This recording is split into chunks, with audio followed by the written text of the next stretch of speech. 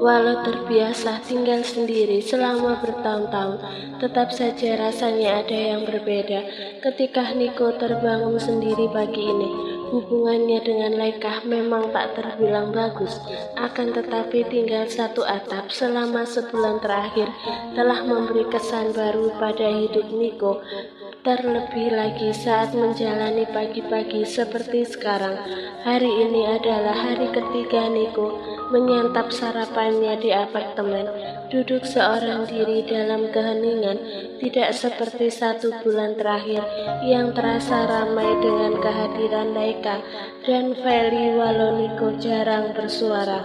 Pagi-pagi, Niko membuat sarapan sendiri, Walau sebetulnya ia punya asisten rumah tangga, hanya saja pelayannya itu cuma datang seminggu 3 kali, dan tentu saja Niko yang meminta. Niko meletakkan sendok di atas piring berisi nasi goreng ketika ponselnya berdering dan menampilkan nama Laika di sana. Halo, sapanya setelah menekan tombol loudspeaker dan membiarkan ponsel tergeletak tak jauh dari piringnya. Sementara itu, ia melanjutkan sarapan. Halo Angkang, hari ini jadi datang kan? Suara Feli terdengar begitu antusias. Tadinya Niko akan mengangguk, sadar Feli tak akan melihatnya. Cepat-cepat ia menyahut, jadi dong, nanti Angkal jemput ke rumah. Ye, kata mama baju untuk Angkel udah ada, nanti ganti di sini aja.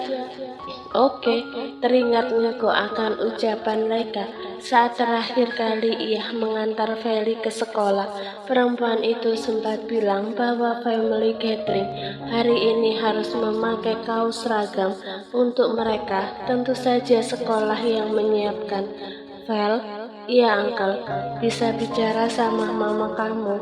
Mendadak Niko ingin mendengar suara keponakannya setelah 3 hari terakhir tidak bertemu atau menelpon. Bukan tidak ingin, hanya saja Niko tak punya alasan untuk menghubungi Laika. Selama di kantor pun mereka belum sempat bertemu. Akhir-akhir ini pekerjaan menuntut Niko untuk pergi ke sana kemari. Dalam sehari, ia bisa mengunjungi 2 atau 3 tempat untuk sekedar meeting. Dan hari ini Niko sengaja mengambil cuti demi menghadiri acara sekolah Feli. Dari panggilan yang masih tersambung, terdengar bagaimana Feli memanggil mamanya. Sempat berisik beberapa saat, dan Niko pikir saat ini ponsel tengah berpindah tangan. Paman, ada apa? Niko sempat terdiam. Sebenarnya tidak ada hal penting yang perlu dibicarakan. Ia hanya ingin sekedar mendengar suara keponakannya itu. Acaranya jam 10, tanya Niko berbahasa basi. Iya, kalau bisa jam 9 kita udah berangkat. Untuk memastikan, Niko melirik jam tangannya sesaat. Tersisa waktu 2 jam sebelum pukul 9. Nggak masalah, aku akan datang lebih awal. Baiklah, kami tunggu. Ada lagi? Niko kembali terdiam, merasa tak ada lagi pertanyaan yang perlu ia lontarkan. Kemudian ia menggeleng dan menjawab, "Nggak ada, aku akan siap-siap dulu." Oke, selama ini belum pernah Niko menghadiri acara anak-anak TK seperti Feli, maka wajar jika ia tak punya gambaran sama sekali apa yang akan ia lakukan nanti sebagai wali anak itu. Dulu pernah ketika sekolah ada acara serupa, tapi saat itu posisi Niko sama seperti Feli dan bukan sebagai orang tua. Usai mandi dan berganti pakaian semi formal, tiba-tiba terdengar dering telepon berkali-kali. Tadinya ia mau mengabaikannya saat tahu Citra lah yang menelpon. Hari Iko tak mau diganggu oleh pekerjaan, akan tetapi panggilan lebih dari 3 kali itu sangat meresahkannya, dan akhirnya Niko terpaksa mengangkat panggilan tersebut. Ada apa? Tanyanya sambil duduk di sisian ranjang. Pak Niko, maaf mengganggu waktu cuti Anda, tapi bisakah Anda ke kantor sekarang?" Dahi Niko mengkerut. Ia bisa menangkap situasi darurat yang terjadi di perusahaan dari nada bicara sekretarisnya yang terdengar khawatir dan cemas. "Katakan, ada apa di kantor?" desak Niko bersuara dingin. "Pak, ada situasi darurat sekarang.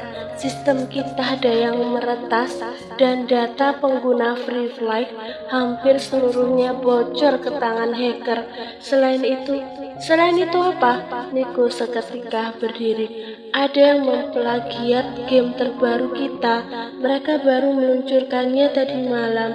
Walau nama dan karakternya berbeda, tapi konsep keseluruhan hampir sama dengan Free Flight. Tim memperkirakan ada andil orang dalam untuk kasus ini." "Sialan," Niko mengumpat, dan kemungkinan Citra terkejut di seberang sana mendengar umpatan spontanitasnya itu. Proyek Free Flight itu sengaja Niko rancang selama bertahun-tahun hanya demi mendapatkan kesempurnaan di saat peluncurannya. Baru seminggu diluncurkan, game tersebut sudah memiliki lebih dari 5 juta pengguna aktif harian di Indonesia. Lalu kini peletas dan pihak tidak bertanggung jawab seenak jidat melakukan plagiarisme, padahal sistem perusahaannya setiap saat selalu dilakukan update keamanan. Kita lakukan rapat insidentil dengan tim sekarang juga. 30 menit lagi rapatnya harus segera dimulai. Titah Niko sambil bergegas melepas kaos polonya diganti dengan setelan resmi yang biasa ia gunakan untuk ke kantor. "Not, Pak, akan segera saya umumkan." Itulah kata terakhir yang Niko dengar sebelum ia memutus sambungan. Memang bukan kali ini saja perusahaannya jadi incaran para hackers. Setidaknya pernah 2 kali dalam 3 tahun terakhir, tapi sebelumnya tak pernah sekrusial ini masalahnya. "Maaf, aku mendadak harus ke kantor karena ada masalah. Kamu sama Feli bisa berangkat duluan. Nanti kita ketemu di lokasi acara," tutur Niko pada Leka dalam sambungan telepon. Niko sempat membetulkan earpod di telinga sementara tatapannya tetap lurus ke arah jalanan. Sesekali melirik kaca spion untuk memastikan kondisi di belakangnya ketika ia akan menyalip. "Hah? Ada masalah?" "Iya, dan cukup rumit. Aku usahakan jam 9:30 sudah ada di sana."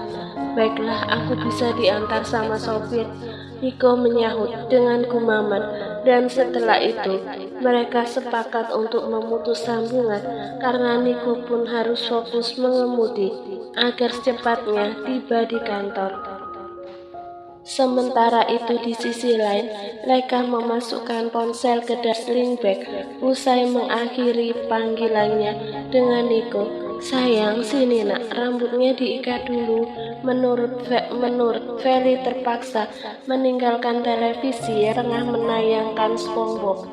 Ia berlari menghampiri Leka yang juga memakai pakaian sama dengannya, kaos putih dengan gambar keluarga di bagian perut, sementara lengan pendeknya berwarna hijau toska dan dipadu padankan dengan celana jeans. "Angkel kok belum kesini, mah?" Leka terkekeh. Entah untuk keberapa kali Feli bertanya hal yang sama. "Sabar sayang, ini masih jam 8 kok. Kita nggak jadi dijemput sama Angkel. Jadinya berangkat sama Pak Eman ya." "Ya, kenapa?" Walau tidak melihat ekspresi muka Feli, tapi Leka tahu dari intonasi suaranya bahwa anak itu sedikit kecewa. Dengan hati-hati tangan Leka mengunci rambut putrinya. "Angkel ada kerja dadakan di kantor. Nanti kita ketemu di sekolah aja." Feli menghela nafas sampai bahunya terkulai ke bawah. Ya udah deh, walau Leika menyembunyikan fakta bahwa Feli adalah anak Niko, tapi ia tak membatasi hubungan Feli dan ayah biologisnya. Leika memberi izin pada Niko untuk tetap berkomunikasi lewat telepon atau video call. Biasanya Niko akan menghubungi nomor ponsel yang biasa dipakai oleh Feli. Kedua perempuan itu sudah tiba di area sekolah. 1,5 jam kemudian, acaranya diadakan di halaman yang terbilang luas dan berdiri kokoh beberapa pohon di salah satu sudut. Leika mengajak Feli duduk di kantin, kemudian memesan 2 jus alpukat untuk menemani mereka. Untuk urusan alpukat, mereka satu frekuensi. Leika tersenyum memperhatikan bagaimana Feli mengobrol dengan teman-temannya yang bertemu di kantin. Perkembangan sosial Feli cukup bagus, walau pada awalnya begitu sulit untuk beradaptasi. Bahkan guru kelasnya sempat bilang bahwa kini Feli terlihat ceria. "Ma, angkelnya mana?" Feli mulai bosan dari tadi nunggu angkelnya yang tak kunjung datang. "Kita tunggu sebentar lagi ya, kayaknya angkel masih di jalan," ucap Leika menenangkan, walau hatinya sendiri mulai bimbang. Acara dimulai 5 menit lagi, tapi lelaki itu belum terlihat batang hidungnya. Panggilan telepon dari Leika pun tak mendapat jawaban. Begitupun dengan pesan singkat. Sementara itu para orang tua anak lain terlihat sudah memenuhi lokasi acara. Gelak tawa anak-anak terdengar bahagia ketika mereka bisa memamerkan ayah dan ibu mereka kepada teman-temannya. "Sayang, sabar ya, angkel pasti datang kok." Dengan lembut Leika mengusap puncak kepala Feli. Leika mengembuskan nafas resah, bibir Feli mengerucut dan raut wajahnya berubah sendu. Leika yakin putrinya pasti merasa sedih sekarang. Dalam hati Leika pun merasa cemas dan khawatir. Hanya saja ia tak ingin menunjukkannya di hadapan putri kesayangannya itu. Namun Leika tahu Niko bukanlah orang yang suka ingkar janji. Niko menyandarkan punggung di sandaran kursi utama. Ruangan meeting dengan konsep U-shape itu terasa sepi setelah para bawahannya keluar tepat 5 menit yang lalu. Rapat yang semula diperkirakan selesai pukul 9.30, kenyataannya selesai pada pukul 10.20. Tidak semua direksi hadir dalam rapat dadakan ini, hanya mengundang tim IT, humas dan beberapa tim terkait yang ikut terjun langsung pada proyek Free Fly. Cukup menguras energi. Niko memijat pelipis, berusaha menghalau pening di kepala. Baru detik berikutnya, ia terkejut ketika ingat bahwa ia memiliki janji penting dengan Leika dan Feli. Dia terlambat. Cepat-cepat matanya melirik penunjuk waktu, membuat ia seketika berdiri dan bergegas pergi dari ruangan tersebut tanpa menghiraukan Citra. Wanita berusia 30 tahunan itu memaklumi hari ini memang hari cutinya Niko dan ia tak tahu ada urusan apa atasannya itu. 10 panggilan tak terjawab dan 7 chat WhatsApp dari Leika sedang Niko tekuri di dalam lift yang akan membawanya ke lantai dasar. Tanpa tunggu lama, Niko segera menghubungi balik nomor keponakannya. Namun setelah 3 kali memanggil, tak ada satupun panggilannya yang terangkat. Niko sadar saat ini pastilah acara sudah dimulai dan ia tak bisa menahan rasa bersalahnya pada kedua perempuan itu yang pasti sudah menunggunya sejak tadi. Niko keluar dari lift dengan langkah tergesa. Ia bahkan menghiraukan sapaan dari staf yang berpapasan. Padahal biasanya ia membalas mereka walau sekedar anggukan. Niko mendengar namanya dipanggil tanpa embel-embel apapun membuat Niko terpaksa menghentikan langkah. Terlebih lagi seseorang yang memanggilnya kini ada di depan mata dengan jarak kisaran 5 meter. Menghembuskan nafas kasar, mau tak mau Niko menghampiri seorang wanita berambut bob yang memanggilnya barusan. Wanita bertubuh langsing itu tersenyum ceria. Penampilannya tampak elegan, bahkan sekali lihat pun orang akan langsung menyadari dia adalah anak seorang konglomerat. "Apa kabar, Beb? Aku merindukanmu," ucap wanita itu manja. Tanpa menghiraukan orang yang berlalu lalang menatap mereka, wanita itu melingkarkan tangan di lengan Niko, seolah ia bertemu lagi dengan pangerannya setelah sekian lama. "Good," jawab Niko seadanya. Rasanya ia tak perlu bereaksi berlebihan pada wanita ini. Sudah bosan dengan London. Wanita itu tertawa kecil, walau ia menyadari ada sindiran dalam kalimat Niko. "Well, bisa dibilang begitu. Aku lebih tertarik dengan Indonesia karena ada kamu." Mendengus, Niko melepaskan tangan wanita yang mengenakan blus merah ketat itu dari lengannya, lantas melanjutkan lagi langkahnya menuju pintu lobi. "Hei!" seru wanita itu sedikit kesal karena Niko tak pernah berubah. Masih saja seperti dulu, walau tidak bersikap dingin, tapi tetap saja dia tidak suka dengan sikap cuek calon suaminya. Padahal dia sengaja pulang dari London kemarin hanya untuk bertemu Niko. Wanita itu setengah berlari mengejar lelaki tampan yang tak pernah bosan ia tatap, membuat orang yang melihatnya sedikit ngilu dengan high heels 10 cm yang ia kenakan. Kamu gak ingin tanya kabarku setelah setahun kita berjauhan?" tanyanya saat ia berhasil mensejajarkan langkah mereka. "Tanpa bertanya pun aku bisa lihat sendiri keadaannya." Lelaki gak perhatian. Niko mengedikkan bahu sambil terus berjalan hingga keduanya kini berada di luar lobi. "Hei, kenapa cincin tunangan kita gak kamu pakai?"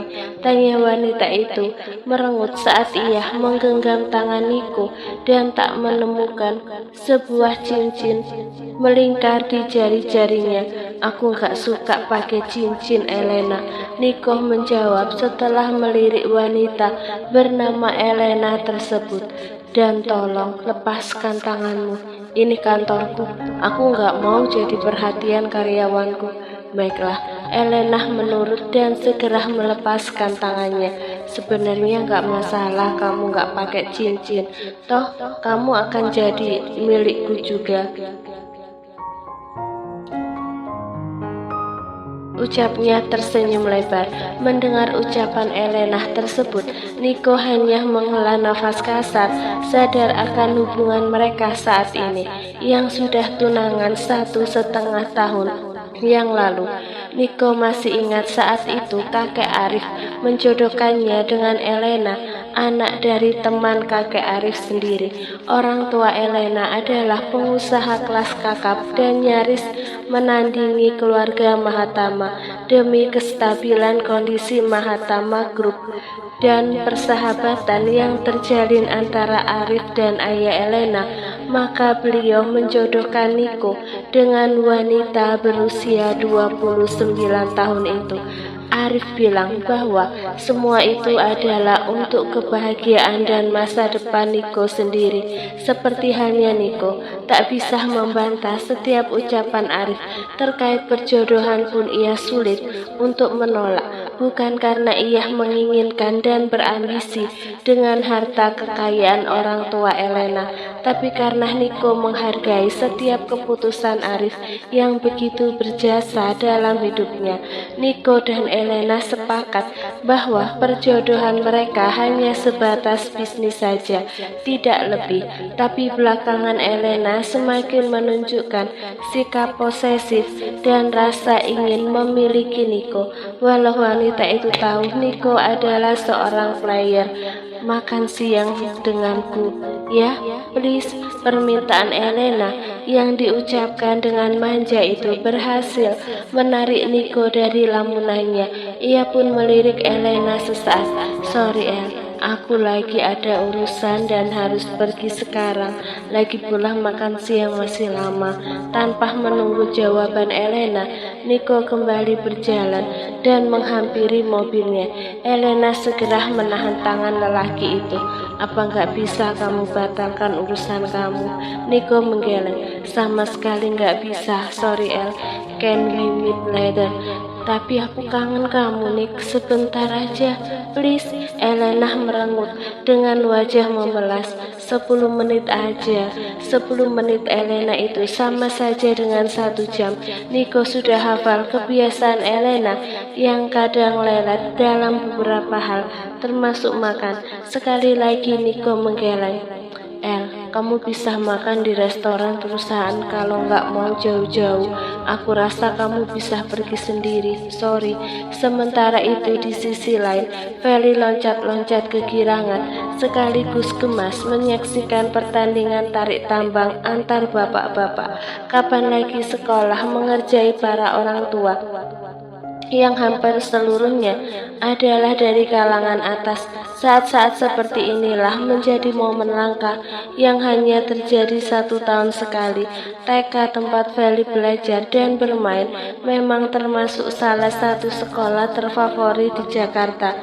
Om Keanu, semangat Om, teriak Feli saling bersahutan dengan anak-anak lain yang menyerukan nama ayah mereka. Ayo Pak, kalahkan lawan Papa. Anak perempuan yang menjadi teman Feli pun tak kalah kencang teriakannya. Suara riuh para penonton memenuhi ruangan terbuka itu.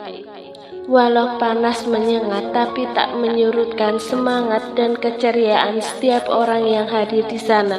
Bapak-bapak mengerahkan seluruh tenaganya hanya demi menyenangkan anak mereka. Kalau mereka menang, anak mereka pun akan bangga. Ye, Om Keanu menang mah, lihat. Feli tertawa dan menarik-narik tangan ibunya yang juga tengah tertawa menyaksikan keseruan itu. Iya sayang, Mama lihat kok ini. Leika segera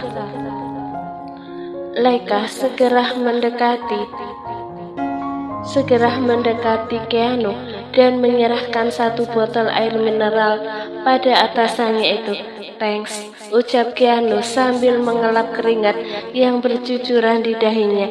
Om hebat, Feli mengacungkan 2 jempolnya tersenyum lebar. Keanu tertawa dan berjongkok di depan Feli untuk mensejajarkan tubuh mereka. Tos dulu dong. Tangan kanan Keanu terangkat dan Feli mempertemukan telapak tangan mereka. Tas, ucap anak itu tertawa, sedangkan Leika terkekeh kemudian menggiring mereka menuju salah satu kursi yang ada di bawah pohon. Keanu segera meneguk minuman dari Leika dan menghabiskan setengahnya. Cukup menguras energi juga ternyata. Baru kali ini ia melakukan kegiatan semacam tarik tambang dan perlombaan-perlombaan lainnya yang biasa ia lakoni saat remaja dulu. Maaf ya, nggak seharusnya kamu datang ke acara seperti ini. Leika meringis merasa tidak enak hati. Lagi pula Keanu adalah atasannya dan hal itu semakin membuat Leika merasa bersalah. Nggak apa-apa, aku senang kok. Ya, hitung-hitung belajar jadi ayah sebelum jadi ayah beneran. Keanu terkekeh dan Leika pun tak bisa untuk tidak tertawa. Lucu aja, kamu bolos kerja gara-gara aku. Hei, siapa yang bolos? Aku bisa kerja sesuka hati dan Nico nggak akan marah. Yang penting keuangan perusahaan terus meningkat setiap bulannya. Tutur Keanu tertawa sambil memperhatikan Feli yang kini bermain dengan teman-temannya. Leika tersenyum mengangguk. Hari ini ia merasa bersyukur Keanu menjadi penyelamat mood Feli yang sempat buruk gara-gara Nico yang tak kunjung datang. Tadi setelah 10 menit acara dimulai, Keanu menelpon Laika. Lelaki itu baru selesai ada acara di hotel dekat dengan sekolahan Feli. Keanu berniat untuk menyaksikan bagaimana acara family gathering berlangsung meski dirinya bukan termasuk tamu undangan. Namun siapa sangka Keanu menjadi orang yang beruntung bisa menemani Feli hari ini.